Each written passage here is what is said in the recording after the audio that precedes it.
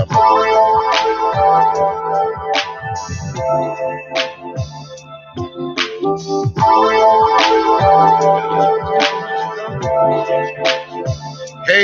this is Ace the Real coming to you live, IntellectualRadio.com. We're going to start the show and introduce everybody to my immediate right. Yo, what's cracking, lacking, and stacking, everybody? This is Maurice Walls, a.k.a. Maurice Walls, and welcome to another perspective. Glad you guys can join us. And to my immediate right, we got brother. Hey, what's going on, everybody? Chicagoland TV world out there. Hope you're enjoying the show. This is your boy, Chris Davis, a.k.a. Smooth Cuts, in the building. And we have to my right.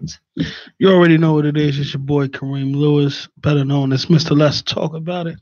And we're definitely going to talk about it today. Thanks for tuning in on IntellectualRadio.com. We have a great show ahead. So let's get it started. All right. Before we get it started, I got a Kim Harris on the phone. And I want her to introduce herself. She's a peripheral woman of Chicago, longtime resident, doing major things. Good evening, Miss Harris. How are you? Hi, how are you? I'm doing wonderful. God bless you. God bless you for coming to the radio show. Bless you. Thank you for inviting me. Yes, ma'am. Yes, ma'am. I appreciate you. I was talking to the guys a few weeks ago about you. So I want them to understand who you are. Can you just give them a little bit of who you are? Yes. My name is Kim Harris. I am a native of the Chicago, Illinois area. My father is Mickey Henry Codwell, and I am one who supports educational and institutional racism at a point where political policy is we provoke change. And so I facilitate discussions and town hall meetings across the United States of America. And I also just finished a second segment with Oprah Winfrey during the 50th anniversary of 60 Minutes. And I basically am retired from being the president of the African American Support Group of Greater Holland. And it is my job and my social responsibility to facilitate a discussion around the discrepancy of the African American culture that's been left behind in America. Wow. That's amazing. Miss Harris, you know I've been following you for a long time, and I was a little bit scared of you because of who you are, but I have followed you and just watch how you just glow in the mix of all the greatness, but at the same time have this humbleness, and you have people drawing to you, and you have a beautiful smile, I might add. I got this radio show because of you. You know that. You actually wonderful. No, I didn't know that. Yes, ma'am. Me and you talked. I'm glad that you. Yes, ma'am. Yeah, I'm glad that you took on an initiative to be proactive, especially in Chicago, because there is quite a bit that's going on in Chicago, and the voices of those that are not able to have a voice can have the opportunity to participate in discussions that impact that particular community. And so my background, I do what I do because of the background that I have as well. And it breaks my heart to know that children all across, Chicago are dying, even in the name of my father and of others. And so I have taken on the responsibility to make life much better for any, individual or family that struggles to make their home a place that's conducive to, wellness and health. And when there is no wellness and health, it's really unhealthy for a community. So I do what I do because of my father. And because of you, Miss Harris, that's what made me up the game. I had to stop doing what I do with the film and the book, because it was something more that I wanted to do. I wanted to be a voice of the, like you said, of the people that can't be heard. And knowing me, I have been able to cross the aisles of other great nations and set up a rapport and a friendship, because we all on the same page. It's about saving our kids, giving them another outlet like this. I went to school for communication radio broadcasting, but never in this magnitude. So I'm still learning, but I really appreciate the things that you gave me and your dad instilled in us, so I can get it from the guys that was older than me, to be a voice for them, not just be a guy on the street just carrying a name, but being an outstanding member and doing great things, ensuring people in the it is corner. I was lucky. I'm not gonna lie. I've been through the trials and tribulations, but because of the teachings that I have got from just your father passing it down through the brothers, I want to be, care where you come from. I don't care what side of the street you're on. It's all about having that family back again within our Black culture. Absolutely. And that's why I was so proud when you said you're called, because when I talk about you, people be looking at me stupid, but now I got you on.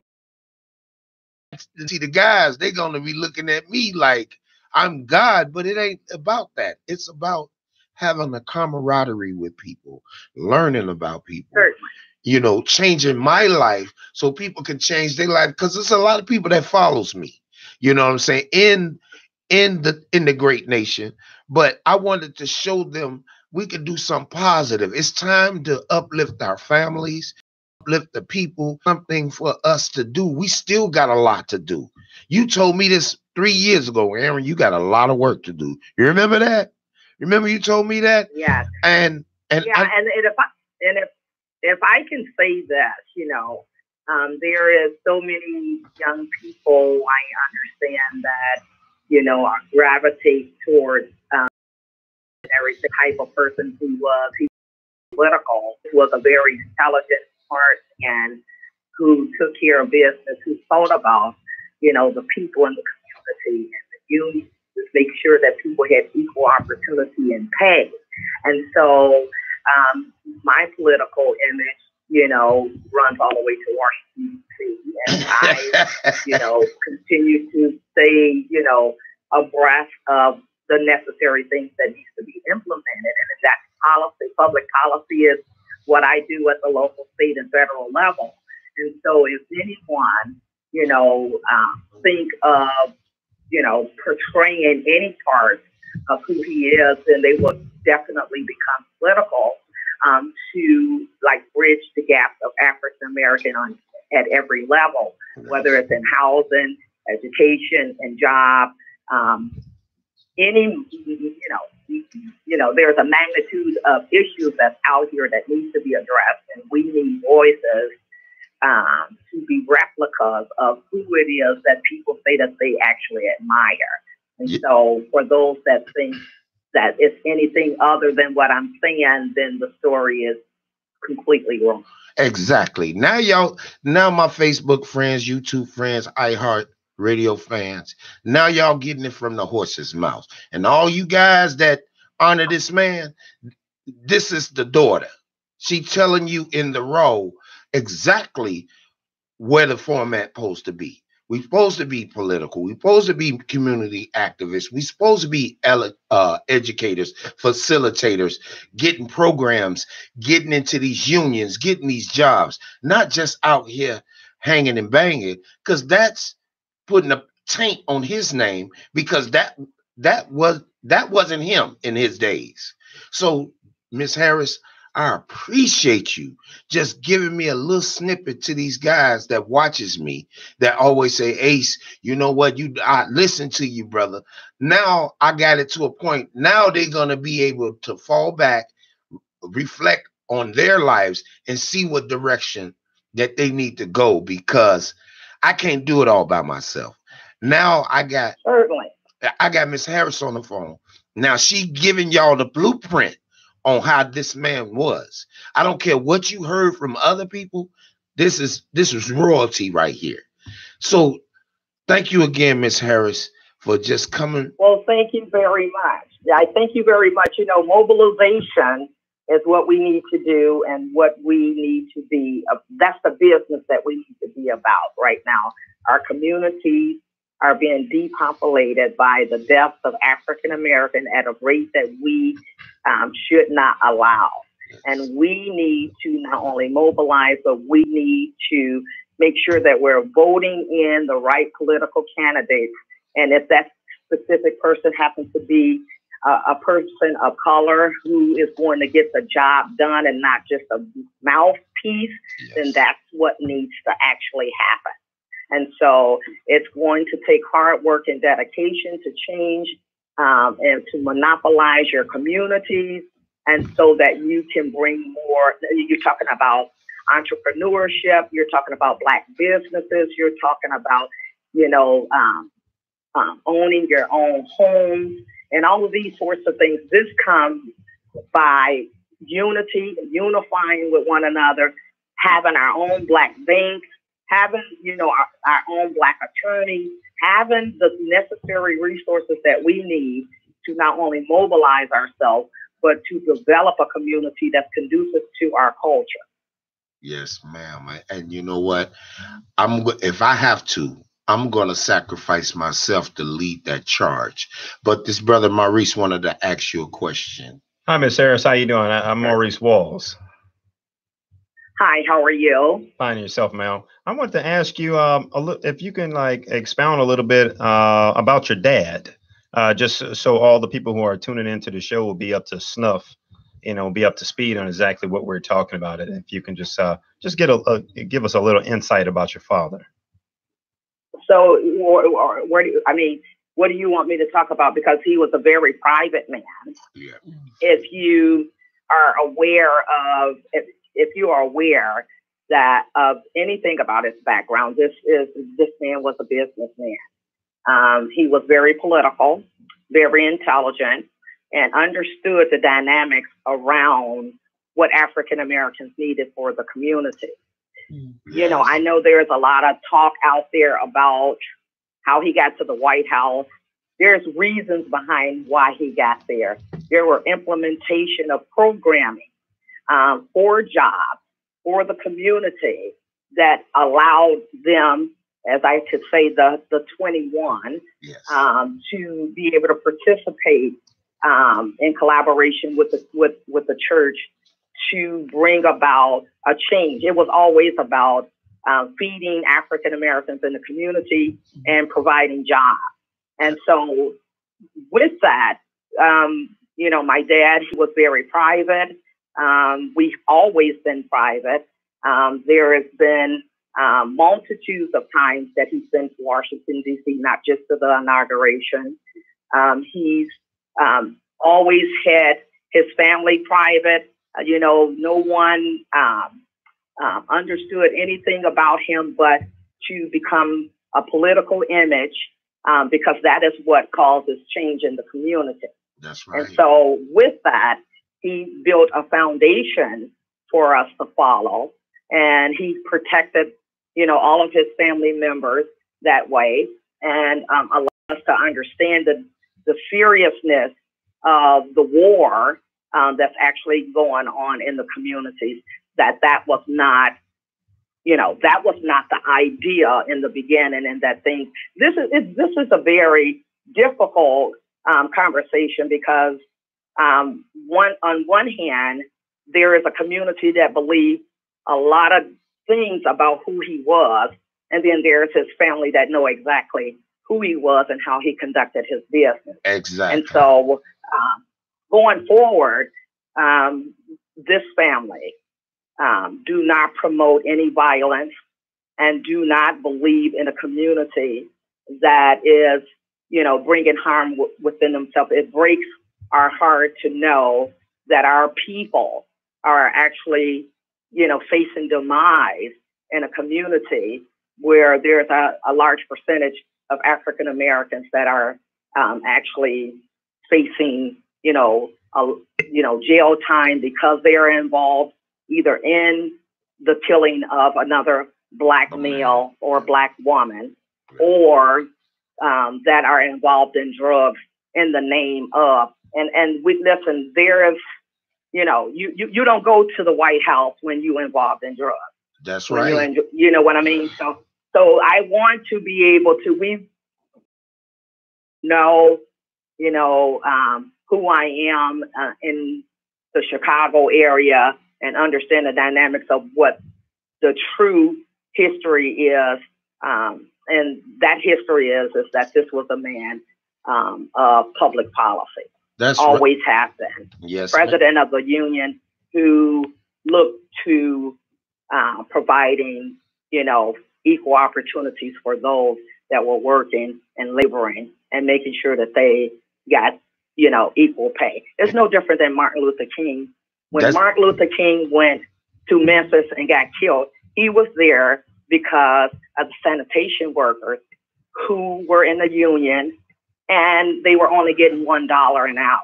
I don't know if you're aware of that. They were only getting $1 an hour. Yeah, I remember and with all of that protesting and talking about changing the public policy and talking about union, that's a serious thing. When you start talking about the unions, people don't want that because they don't have the control, and there is a voice for people to gain equality in regards to wages. And so this is what was being done. He also played a huge role. Even Jeff Ford, I know all about it. Mm-hmm. They played a huge role in the march with Dr. Martin Luther King when he was there. So a lot of stuff we have information on, but a lot of people don't talk about or know how political they were and how connected that they were with Martin Luther King. But this was more than what we hear and stuff that's out there right now. And so that's the reason my dad was very even with the Black Panthers as well. That's the reason why. Yep. That's the reason why I wanted you to come on my show so you could set the a record straight, because of that man, Mickey Henry Caldwell, I'm in the union. Mm-hmm. I've been protected by the union and been in the unions for a very long time, because at the end of the day, equal pay.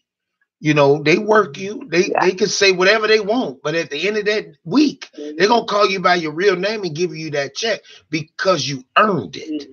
Mm-hmm. And it's about taking care of your family, and that's the history that I want to know. I don't care about the street. Yeah. Well, when they were younger, when they were younger, young people do things. They started out as a little gang, and you know what? The gang was not a gang so much that was out there fighting against one another, even though they were representing. Yes. I have other relatives that are in the Hebrew Israelite religion, and they all my uncles on my dad's side knew exactly what my dad was doing. And so this was a religious movement in the beginning, and a lot of people probably don't know that. But if you look at the history of how they dress, all of that was because of the Hebrew Israelites, where they would go to the camp. And so, I got a lot of family members are Hebrew Israelites, which, Jeff Ford, when they were young. Yes. And trying to find a way how to connect you talk about the Black Panthers. They were feeding the community. Yep. But their image was looked at as that they were militant, which they were. They were able to bear arms because that was the Second Amendment law for them to be able to do that. But we take a lot of things and we just completely, deter from the real true history of what happened.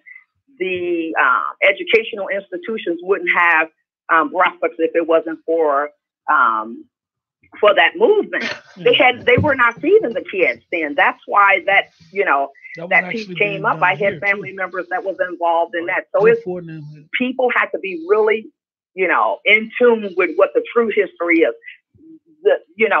The president don't bring drug dealers to the White House to an inauguration. Exactly. It's simplicity.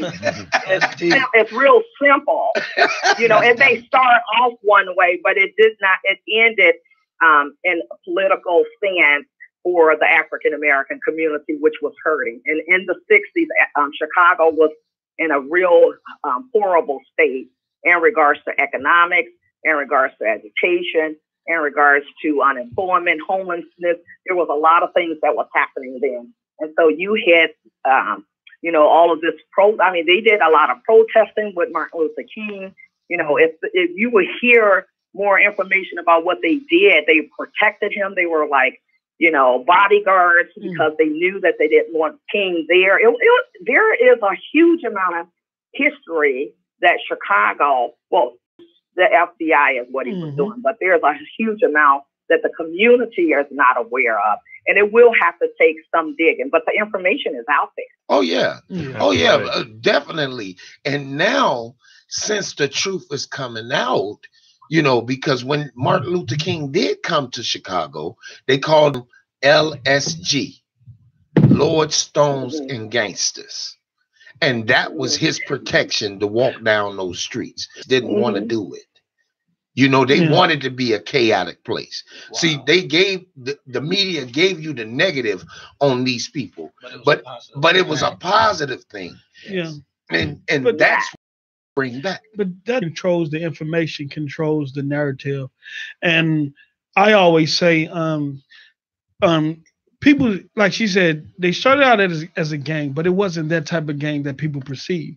But over time, as gangs grow, they become organizations. Absolutely. As they start, and that's what they became. They went from a gang to a political organization. And being in the Black community, that's a threat.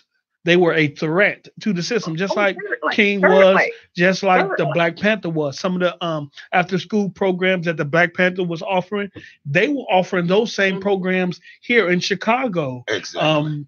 Especially along 63rd, you had people who had set up shops of their own businesses and things like that along 63rd. So what I take from this conversation is that we as Black people need to start writing our own history and control our own narrative, because he who controls the information always going to demonize or try to paint a negative energy or light on everything we do. I agree. And I didn't know. You said it exactly. Yeah, you said it exactly right, because this is what is happening nationwide and even globally. It's no, I was on 60 Minutes, and 60 Minutes did their 50th anniversary, and I was on the very first show for the 50th anniversary with Oprah. And see, Oprah is rich, but she's not CBS rich. And so even with that, they were able to control what was being said and what was being heard. We talked for 6 hours, but no one heard that I was talking about the political stance of African American nationwide. They made it to be a white conversation, basically, even though I had some comments that was there. The second segment, they pretty much kind of blurred me out because of the things that happened. And so when you 7 Republicans and these Republicans and several of them that was on there were racist, I'm going to continue to stand on what I know to be true. They wanted the ratings, and the ratings were having these, political demands about how Trump is doing in America was the talk of the town. Well, he's not making America great. Obama this is the residue of what he did. Everybody knows when you go into business, it takes a couple of years before you see any advancement in your finances or any advancement in the structure of the business. This right here is because what Obama had did, and someone else yet want to take all of the compliments and the credit for doing it. And then you have this media to allow certain things to be said and certain things not to be said. And so this controlling issue is a problem. Yeah. And it's been that way. And so for so many years, it's been said that African Americans, this is what they're doing over here. This is exactly what's going on. That's why we have so many, men in jail who, are innocent, that don't even have a clue about why they're there. There are some that are there that understand why they're there, but there's a whole lot that aren't there because it is a political business and somebody go to bed. And if they have negative news out there about a certain culture, then everybody looks the same and everybody needs to be frisked and everybody needs to go to jail. Exactly. Oh, absolutely. Yeah. Malcolm X talked about that years ago. He's talking about how the media is can be used as an apparatus to promote propaganda, and that propaganda that propaganda is specifically used to, unfortunately, to target people of color. In addition to that, to apply these stigmas and stereotypes, and this stuff has just been tattooed on the DNA of America, and that's the reason why, in order for us to really to create a resolution that's strong enough to combat those stereotypes, as Brother Kareem just saying, is piggybacking off what you're saying. Also, ma'am, is we have to create our own narratives, and we have to come up with our own systems and our own agendas and propagandas to combat these type of narratives. This is one of the things I like about the movie Black Panther. Black Panther was able to globally dismantle the idea that African American films cannot be successful globally. It completely dismantled that. So you all are on point like a cactus, ma'am. That's the same way. Well, a friend of mine, who lives in California right now, Philip. He is one of the designer of some of the actual outfits that Black Panther used in their movie. So I'm kind of elated at the fact that he had a door of opportunity open to him, and that he was able to be chosen to make some of those garments. So I'm excited about awesome. the movie, and I'm excited about a good friend of mine who are impacting the designer world, and letting other African American young African American men know that to keep working hard. Because we got a lot of talented people that are out there that like to draw, and he happened to be chosen for some of the outfits. So yeah, I give a big old kudos to the movie. And you wouldn't believe, Miss Harris, that I got a film director, I got a teacher, and I got an engineer that's on my host that helps me host this show. So I got a lot of talent just sitting right here. So I'm honored to have. That's why we call it Another Perspective, because each one of us have a perspective, and if we can use that perspective and use an idea, that idea become manifested into a business, and it could also be our future. You understand where I'm coming from? Certainly. We, our ideas have been, stolen from us for decades. We have to be really careful about our structure of how we're going to do business and who we're going to do business with.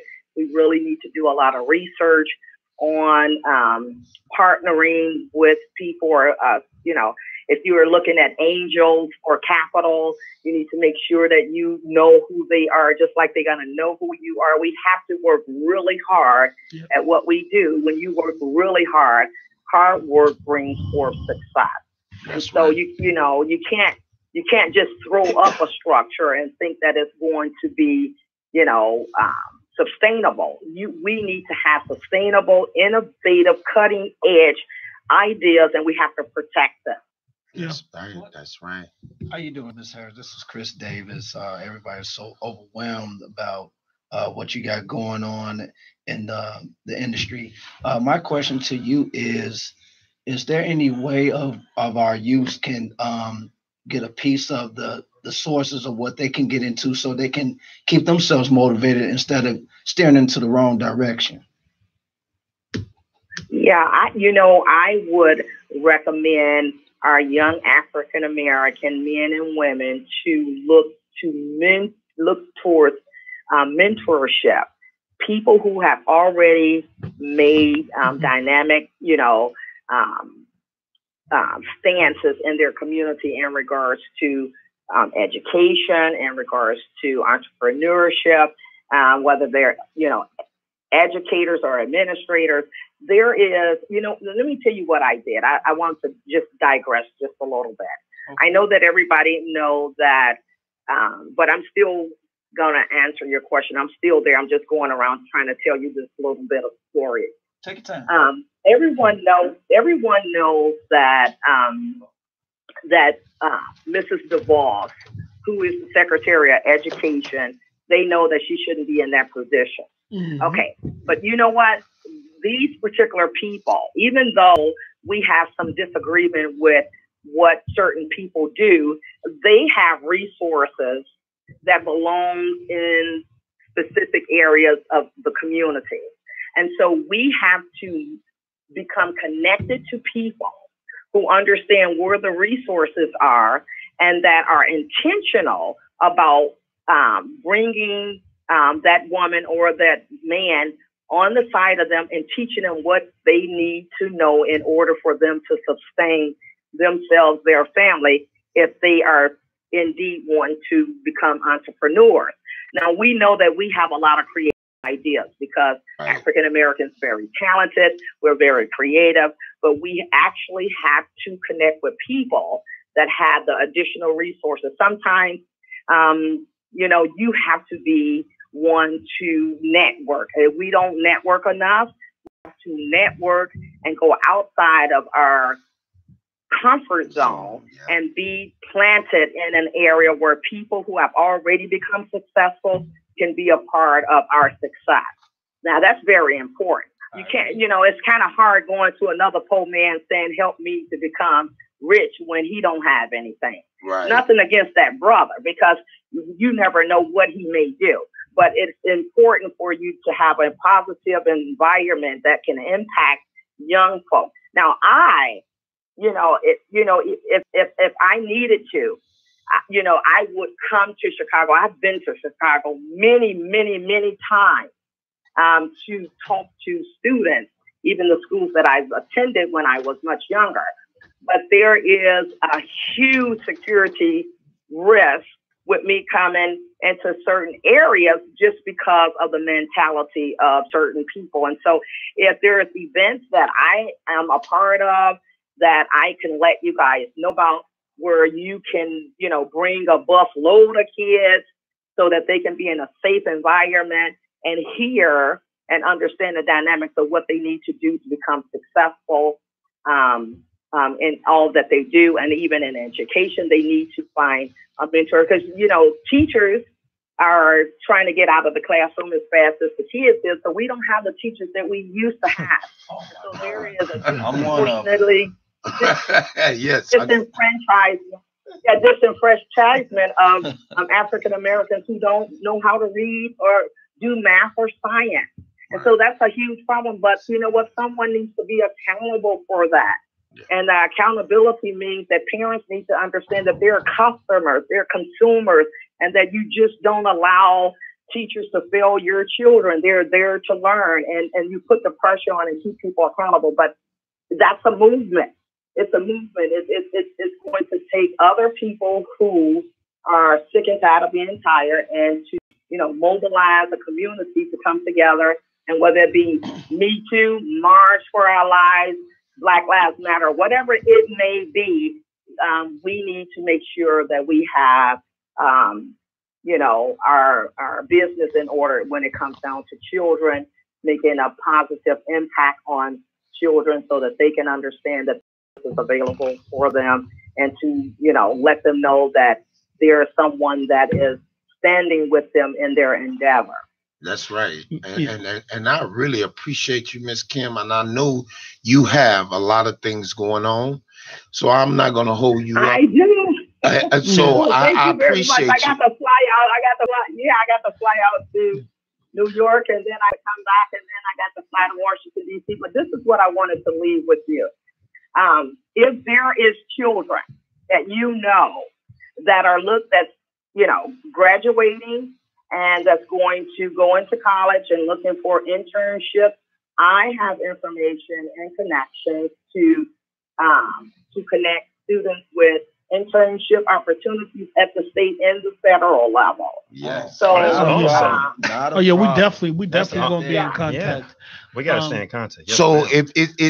if people wanted to get, just to see a little bit about you, do you have a website or some type of social media that they can actually know a little bit about you per se? Yeah. You know what? I am getting ready to. Well, I'm in the process of writing a book about the 60-minute piece. Right. So that's why I'm going to New York. I'm going to CBS so that I can get approval for some of the field shots that we did for my book. But what I wanted to say was, I am, I'm doing quite a few things here. So I got this photo shoot that I need to do for the cover of the book. So I'm kind of, in between doing some other things before that happened. But Facebook, because I will not do my web. I mean, I have the website where I'm the president of an organization, but I'm resigning from it. Okay.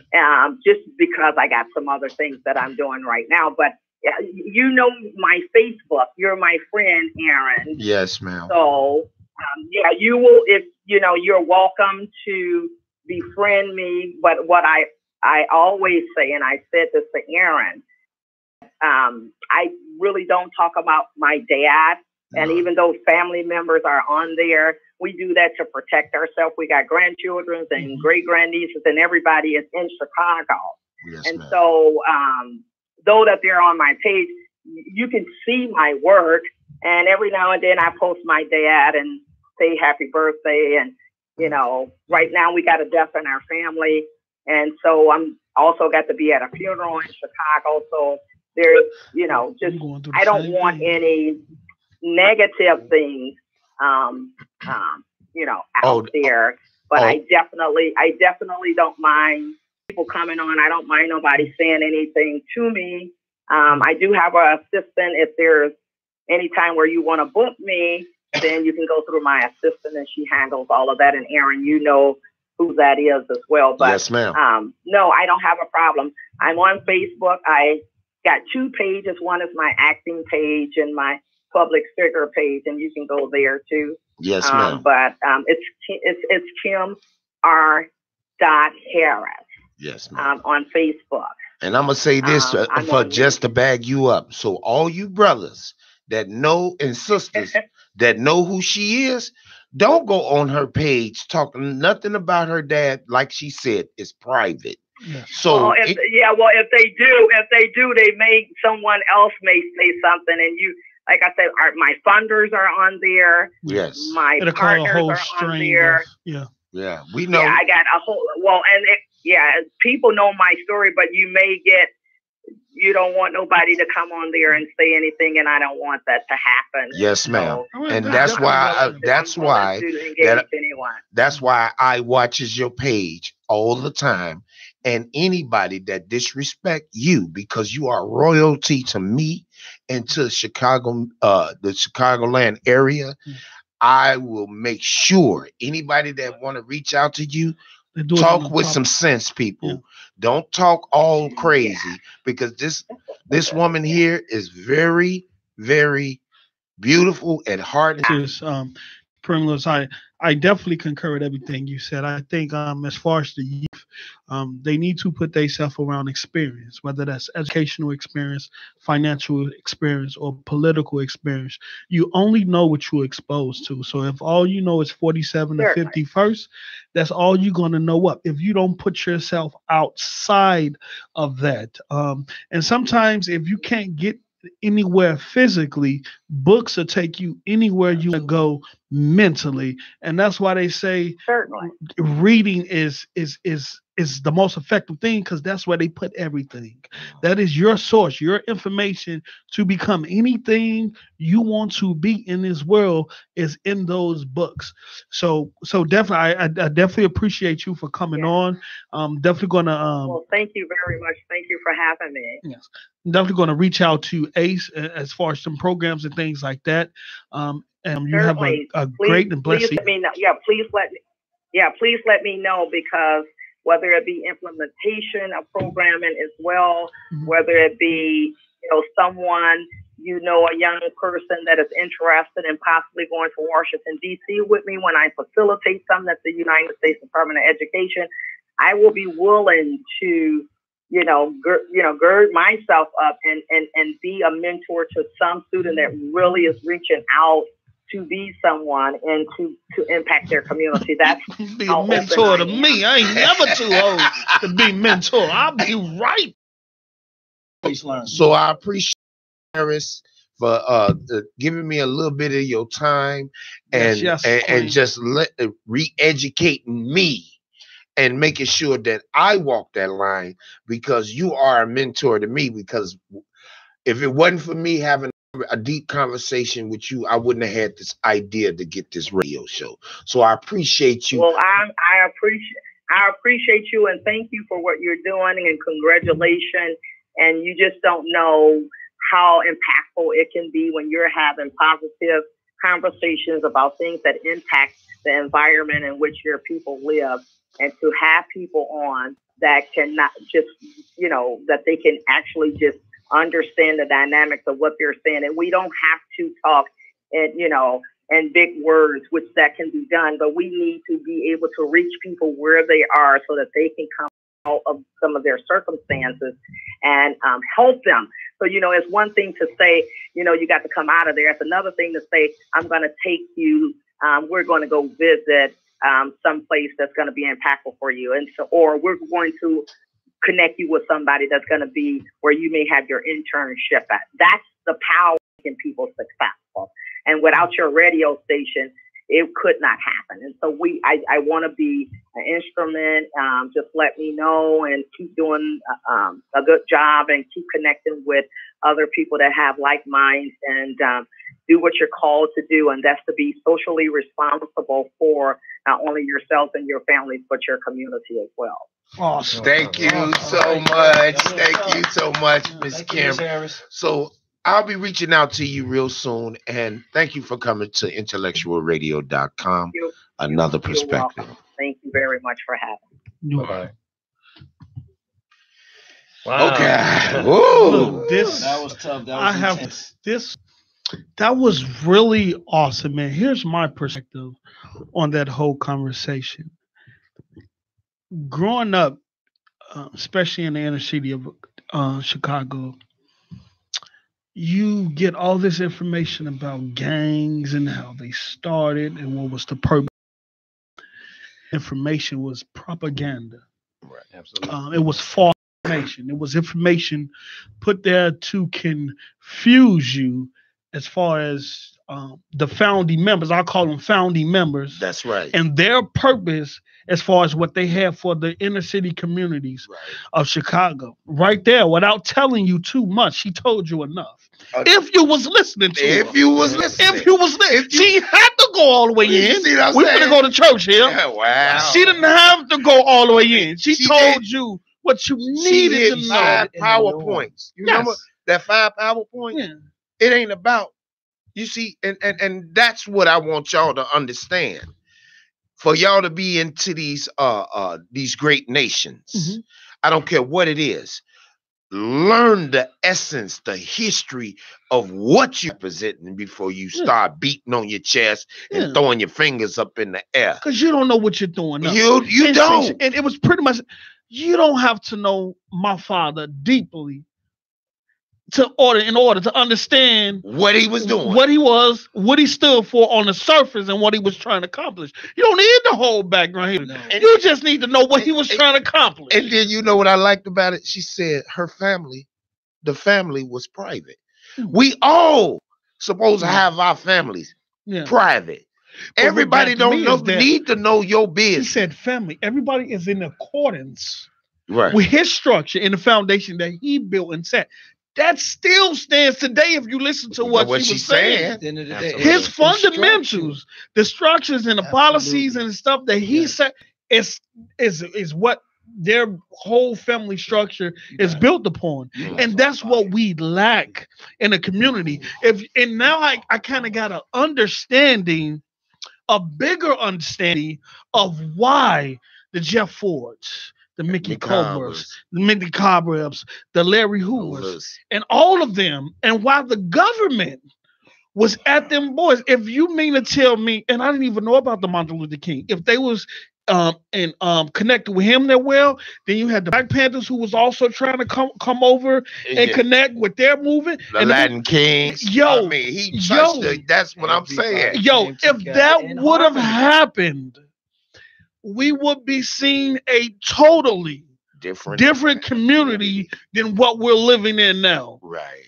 And they came not only with the FBI, but in accordance with the Chicago Police Department. Yes. They came and dismantled, disrupted, and did everything they could for that movement not to sustain itself or exist. So what I would say, I'm gonna let you go, Chris.